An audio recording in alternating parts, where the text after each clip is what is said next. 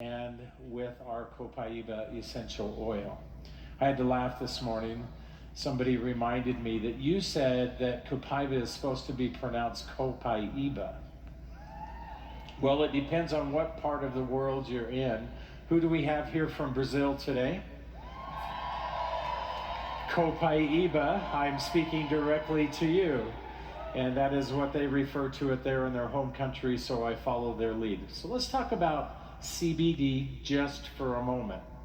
Now I know that there remains a lot of enthusiasm, there remains a lot of energy, there's a lot of individuals, maybe even here with us today, who have some excitement about this essential, well, it's not an essential oil, it isn't, but who have a lot of excitement about what is being called an oil. Let me share with you two really quick points, just give you something to think about. First, CBD oil, we've made it abundantly clear that while we're not necessarily opposed to the idea and the concept, has some challenges that remain for us here at doTERRA. And so I want to restate our position that we are not providing this for you.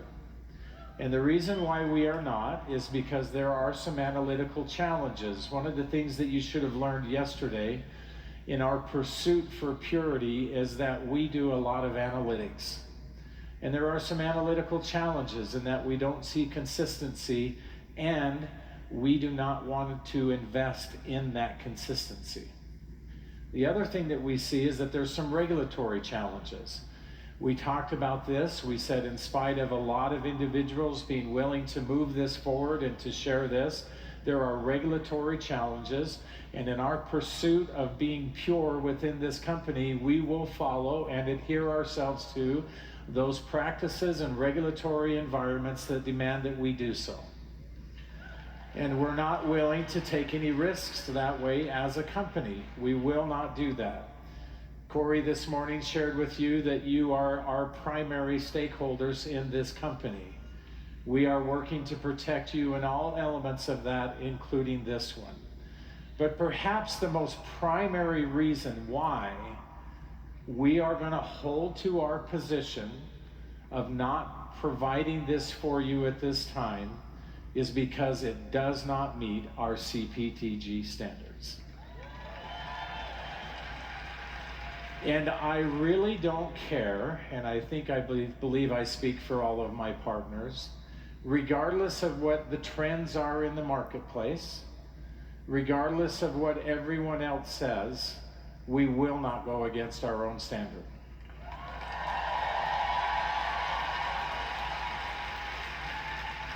Now that brings me to another point. Perhaps one of my favorite discussions of convention this year has been quack, quack, quack. I'm going to get Greg Cook a shirt that says quack, quack, quack. I took that point to heart when I heard that, and I realized something. We need not concern ourselves with what everyone else is doing. We're in a circumstance where we are doing something different by design and by choice. And that difference leads us into a different type of discussion in doTERRA. And so when we look at an oil like Copaiba, it's not just another essential oil. You've learned that we put tremendous amounts of thought and energy into the purpose, the use, and why that becomes so valuable for us. In this case, here we have 4 very individual species of Copaiba. We have blended them together. Not only does it give us uniqueness within this product, and it stands as a differential between ourselves and every other company who might even offer Copaiba, it allows us to have different outcomes. It allows us to accentuate the real value that we see within the essential oils themselves. Now, one of the key and unique things that we see within this essential oil is, of course, this is probably my only chemistry discussion in this entire in this entire convention is going to be because of the sesquiterpene content. Nearly 100% sesquiterpenes. We have an oil that has great complexity because of that. And you need to understand, or you should know, that some of the oils that we represent to you don't have the same complexity. Complexity of oils comes from the chemistry. Complexity of the oil comes from how that chemistry interacts and responds within the body. The more complex the chemistry becomes, in some cases, the more broad the stroke can be for the value and the benefit that we receive. In other cases, the more complex the chemistry, the more specific and the more focused we can be. And in this case with Copaiba, because of this high concentration of sesquiterpenes, and because of the complexity of that chemistry, we receive some very specific benefits. One, we have higher metabolic potential. It means the outcomes and the benefits we receive from this essential oil has an expectation that is very high, partially because of how it interacts with the endocannabinoid system, but partially because of the diversity of that chemistry, multiples of pathways and outcomes that we can influence. The other thing that we see with an essential oil that has high sesquiterpene load, and this is one of the things that I love about this essential oil, is we get longer lasting benefits. It's not just a one and done usage model. Many times when we use an essential oil that has great complexity, it gives us the ability to have, of course, primary metabolites, primary metabolism. But then there can be secondary and tertiary metabolism and metabolites that each individually do more good and allow us to carry and continue the effect and the benefit that we're receiving. So yes, I'm stating with you one more time, we are about Copaiba. Yes, we are doing that above and beyond anything else in the marketplace. Yesterday, you heard me talk about how wonderful and amazing and how excited I am about the turmeric duo cap. But you remember at the end of that conversation, I said one of the things that we should partnership with that new product is the use of Copaiba because of the value that it brings to us. Now we know some other things about Copaiba that allow it to be differentiated. And by the way, these are qualities that we see in nearly every single essential oil. We know that, for example, we have a complete oil profile. When we look at something like a CBD, where we have a isolated molecule that's then put into a carrier oil, and that's why it's called an oil, that's different than when we have a complete chemical profile, like what we see within the essential oils. And remember that the essential oils behave differently than any other form of botanical or any other form of natural medicine that we might be exposed to. The other reason that we see that is because we have direct receptor activation. This has been something that doTERRA has been focused on for some time as we unfold more of the mystery of essential oils. We're beginning to understand where and how they work, the pathways that they followed. And I've got to tell Dr. O, thank you for all that he shared with you yesterday in exposing to you some of those pathways and some of the things that we now understand that nobody has ever seen before in the world.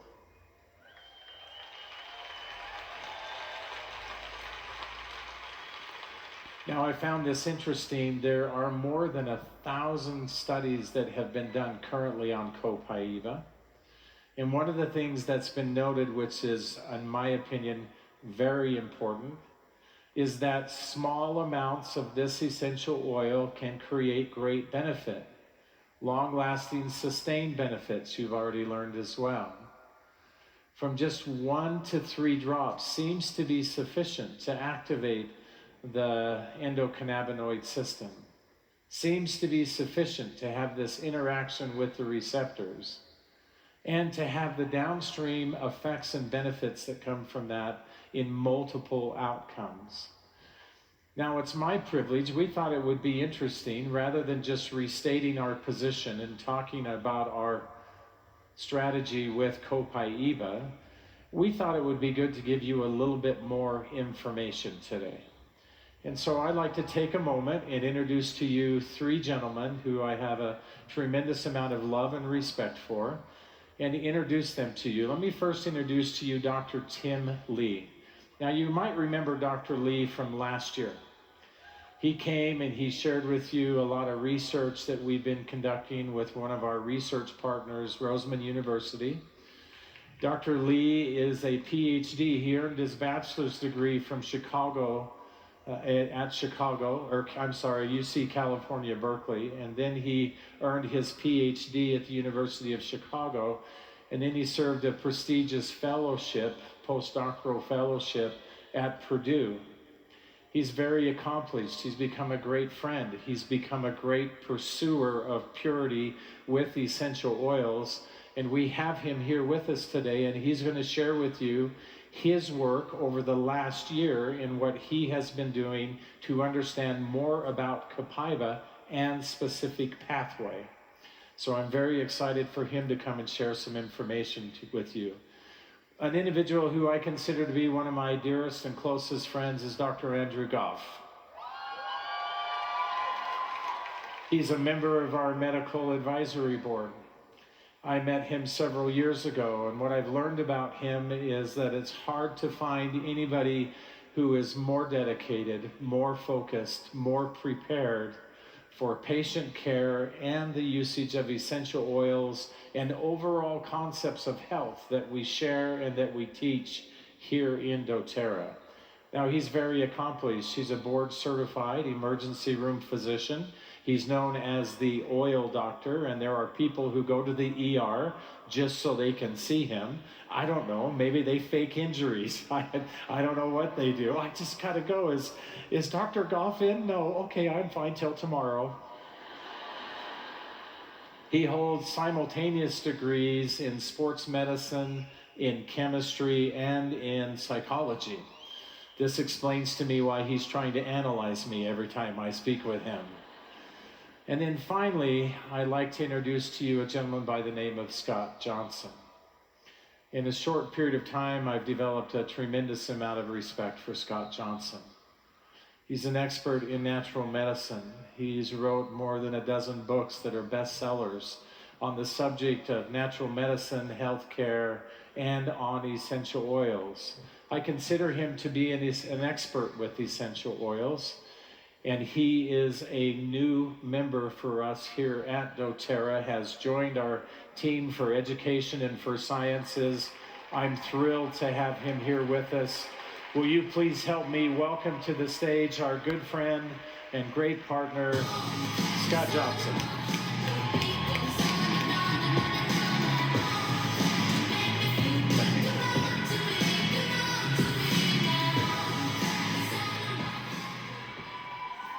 Hello, doTERRA family. How is everyone?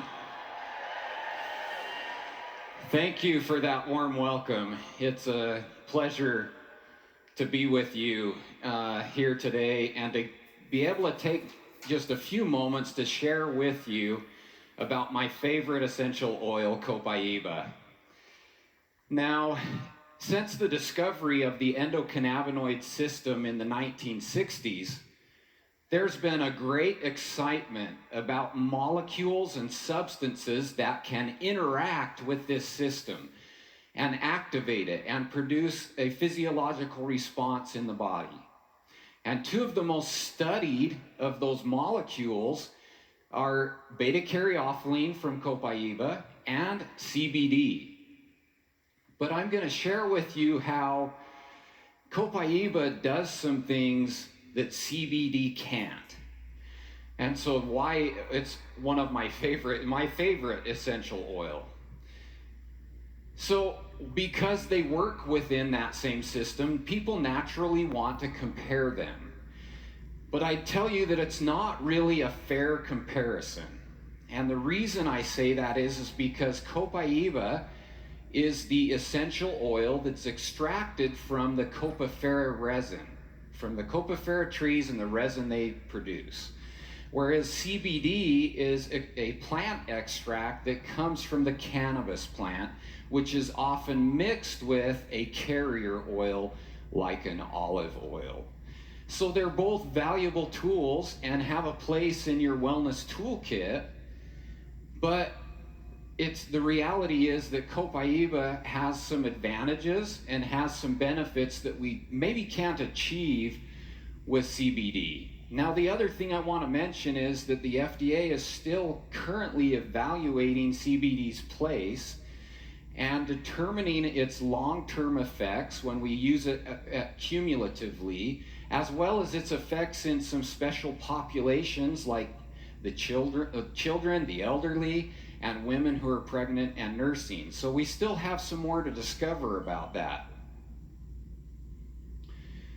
Before we have this discussion, it's important that we understand what the endocannabinoid system is. This is a system of enzymes and receptors and molecules that helps to maintain homeostasis.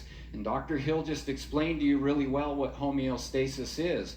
So what this does is this system helps to stabilize the body so that we can have greater periods of homeostasis. It predominantly has two receptors. The first is called CB1. These receptors are found within your central nervous system, or your brain and your spinal cord, but they're also located in other areas of the body, such as your eyes and your blood vessels. Now, the other receptors are called CB2. CB2 receptors are predominantly found within your immune system and immune-related organs, such as your spleen and your tonsils. But this receptor is not just found within your immune system, it's actually found throughout the body and in major organs such as your heart and your liver and your lungs. So because of that, it can widely influence our body as well. Now, there are molecules that can interact within this system, and I'm going to talk to you about three groups of these molecules. And the first are called endocannabinoids. These are cannabinoids that are naturally produced within your body, and they are meant to interact with these receptors that we just talked about. In addition, you will find phytocannabinoids. Now, these are found within and produced by plants. So these are in the plant kingdom. We know that cannabis has cannabinoids within it, the plant does, but it's not the only plant that has cannabinoids. We've actually now identified several plants, including things like liverwort and black truffles, and even the cacao plant, that have cannabinoids within them. And then, of course, essential oils that carry beta-caryophyllene within them, like melissa and black pepper, and of course Copaiba, which has the highest percentage of this beta-caryophyllene within it.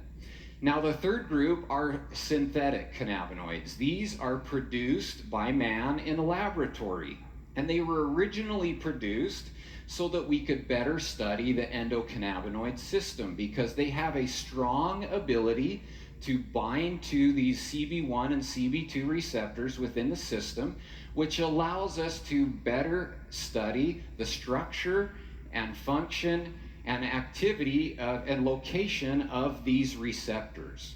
So that's why they were created. The last part of this system are the enzymes, and the enzymes help us maintain optimum levels of those endocannabinoids that our body naturally produces. And they do so by creating endocannabinoids from fatty acids that are within our body. Now, if we have higher levels than the body needs to use at that time, then they will actually degrade them back into a fatty acid, so that the fatty acids can be used elsewhere within the body. So now we get down to some of these advantages that I promised I'd share of Copaiba. Number one is the direct activity on the CB2 receptors. Beta-caryophyllene selectively and directly binds to and activates the CB2 receptors within the body. And so when it does so, you get more rapid cellular effects because of it. On the contrary, if you look at CBD, it really doesn't have a good ability to bind to either CB1 or CB2 receptors. And so it doesn't have a direct activity, it has an indirect activity, and you can anticipate slower cellular effects within the body. Price is another huge factor, because if you go out onto the open market and you buy CBD right now, you are going to pay thousands of dollars per kilogram for it. So it makes it very expensive to get a beneficial dose into your body. On the contrary, Copaiba is very affordable and costs less for a beneficial dose. Now, I want to emphasize this third point because it's really important, and Dr. Hill alluded to this already with the analytics that he talked about. A study published in the Journal of the American Medical Association in 2017 tested multiple CBD products available on the market. And they found that 69% of the products on the market did not have the concentration of CBD in the bottle that was on the label. So in other words, we have an adulterated or a mislabeled CBD product 69% of the time.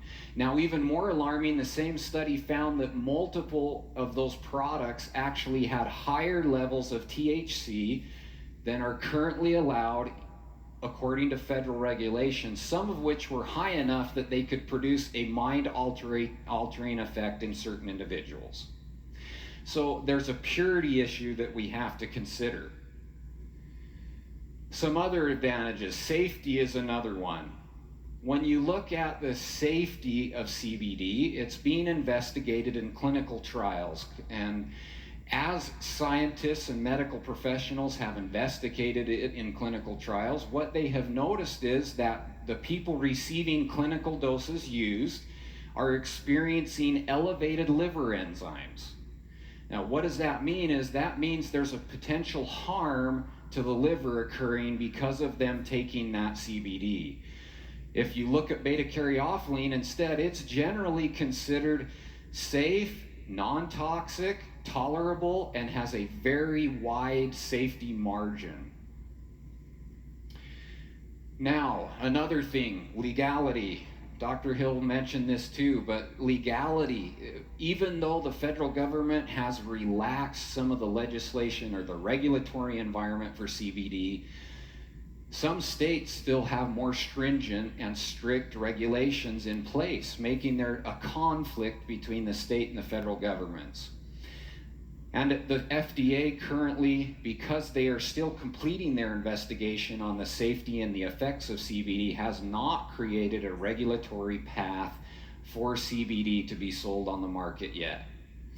Complexity is another thing that we can talk about as an advantage for Copaiba. When you extract Copaiba essential oil from the resin, you generally end up with about 100 compounds within that oil, almost all of which is sesquiterpenes.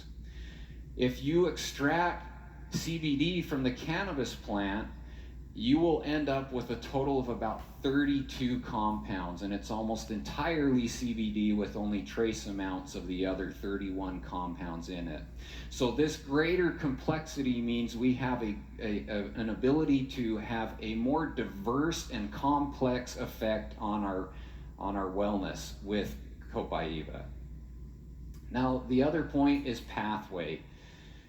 Copaiba and beta-caryophyllene don't exclusively work within the endocannabinoid system. In fact, because of the study that's been done on this great molecule, we know that it works on multiple pathways, genes, cell receptors, and proteins found within the body to affect our overall well-being. And I'll talk about some of those here in just a moment. So I want to talk about CBD because I'm not saying that CBD is not a tool or not a good thing for us to have available, but what I'm saying is it's not used without some limitations. The indirect activity of CBD means that you can expect slower cellular responses. In fact, because CBD does not bind really well to either one of the receptors within the system, it tends to act more as a helper molecule that signals the endocannabinoid system to work more efficiently, and in some cases helps to modulate our responses to other molecules that do directly bind to that. So that leaves us with an indirect and slower response and activity.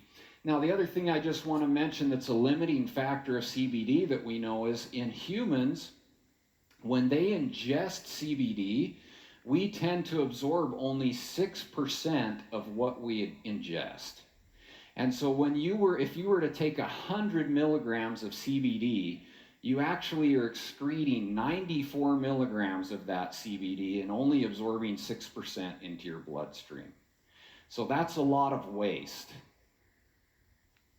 Now, the CB2 receptors have become a major target to regulate immune and inflammatory responses in the body because they are located abundantly in our immune system.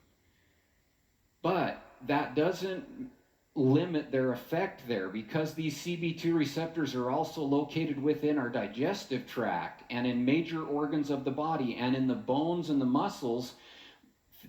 When we have a substance like beta-caryophyllene that can directly activate these, it helps to regulate and promote healthy brain, musculoskeletal, cardiovascular, digestive, and overall cellular function within the body. So here's where I'm going to talk a little bit about some of the pathways, the genes, the receptors, and the proteins that we know beta-caryophyllene works on outside of the endocannabinoid system. Those that are involved in our overall cellular health. Those that help regulate our inflammatory response. And I want to pause and just explain that for a minute, because sometimes when I say we want a healthy inflammatory response, people look at me and go, I don't want any inflammation in my body. But the reality is, if you did not have inflammation in your body, you'd be dead. Because we have to have inflammation for our immune system to work properly. We have to have inflammation for wound healing to occur properly. So we want a little bit of inflammation, but we just want to maintain that healthy range and a healthy inflammatory response. We can also promote healthy organ function. We can promote body comfort. That's a huge thing that we use Copaiba for. Many of us have realized those benefits. It helps to support memory function and cognitive function. How many of us here want to keep our cognitive abilities and memory function as long as we can? I'm sure we all do, right? It's involved in pathways that help to maintain lipid regulation. It helps influence our cellular antioxidant defenses. In fact, it activates one of our major intracellular antioxidant defenses called NRF2 that helps protect us against cellular damage caused by free radicals, and also is involved in the longevity of our cells. And when we use, we also know that it will improve virtually almost all body functions, because proteins are a major component of cells. And beta-caryophyllene interacts with the expression of multiple proteins found within our body. Now, I wanted to briefly mention that scientists have already started to investigate now other essential oils and how they might influence the endocannabinoid system. Those that don't have any known phytocannabinoids, or have very small quantities of beta-caryophyllene. And one example of that is lavender.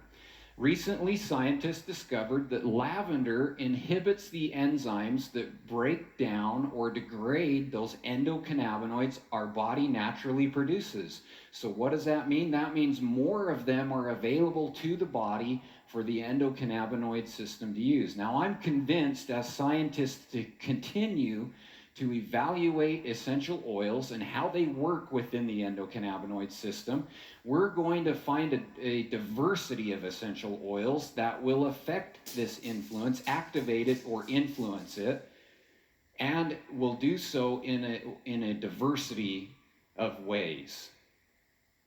So I know I've talked a lot about the science of what Copaiba and beta-caryophyllene do. So what's the takeaway? What does this mean, right? What does this mean for us? Well, first, we know that it's going to support a healthy inflammatory response in the body. It's going to aid cardiovascular, immune, digestive, brain, and respiratory system function. It's going to reduce worrisome thoughts. Anybody ever have worrisome thoughts?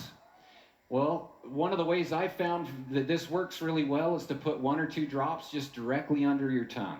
That's a great way to help reduce maybe some worrisome thoughts. Maybe some of us speakers maybe want to be putting Copaiba on our tongue right before we come out, right? It improves the appearance of I've skipped one. It supports healthy female reproductive function. That's something that we're just beginning to understand, but has huge potential. When we apply it topically, it helps to reduce the appearance of blemishes and improve the appearance of the skin and help restore stressed skin as well.